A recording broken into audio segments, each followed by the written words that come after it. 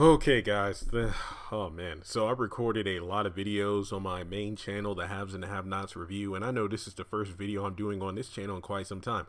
But it is no secret that earlier today on, I believe, Good Morning America, because I do believe this week is Avengers Week on Jimmy Kimmel. So there's going to be a bunch of stars from the movie each night.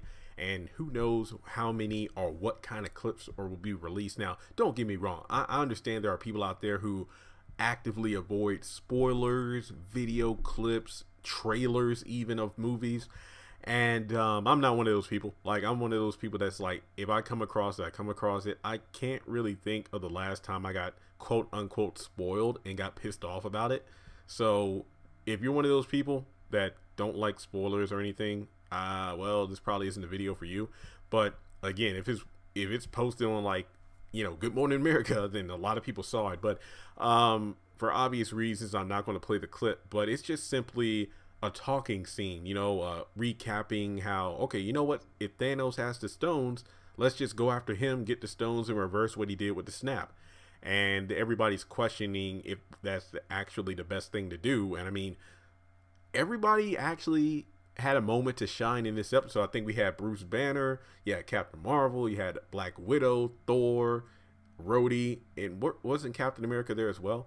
But in any case, I think the reason I'm really doing this video is for two reasons. Number one, Rhodey pretty much has a way of mouthing off to the wrong people who can easily crush him like a tin can, even within his War Machine armor. Because I will give it that I love the Rhodey and Captain Marvel, well, Carol back and forth here, where he asked the obvious question like, why weren't you here when this shit was going down?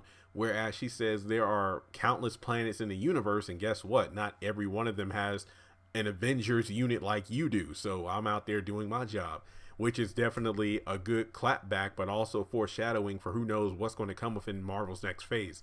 But I do find it interesting how Marvel released a clip like this.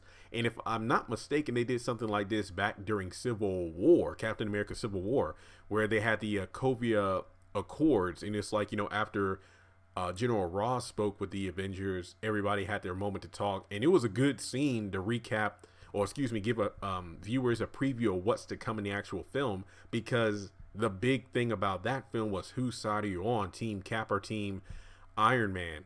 And everybody had their moment to shine, where you have Vision talking, and then Steve pretty much is like the safest hands are still our own. And I think it's about like, if we sign these documents, we're shifting the blame and relinquishing control of the Avengers to a government body. And then that's when Rhodey's like, Steve, that's a very dangerous way of thinking. And I'm like, shut up, Rhodey. I think everybody was saying the same thing. I think one of my favorite comments from back then, I think this was 2016, was like, this is why Nick Fury should be there. And like, who asked you to say anything? Sit your ass down. So I just feel like, yeah, Rhodey, I didn't like what he said, but then again, he isn't wrong. In fact, a lot of fans say the same thing.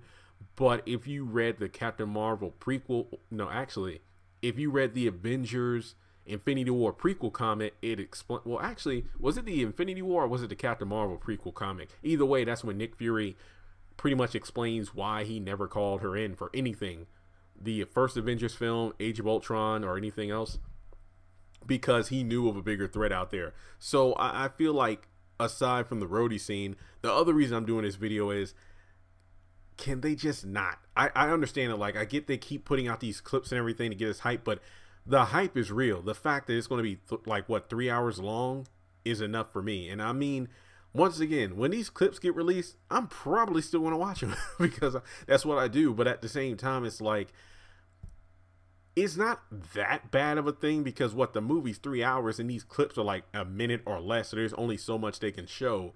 And not to mention, they keep talking about how clips and trailers can be misleading because there's some things that they aren't going to put in the actual film.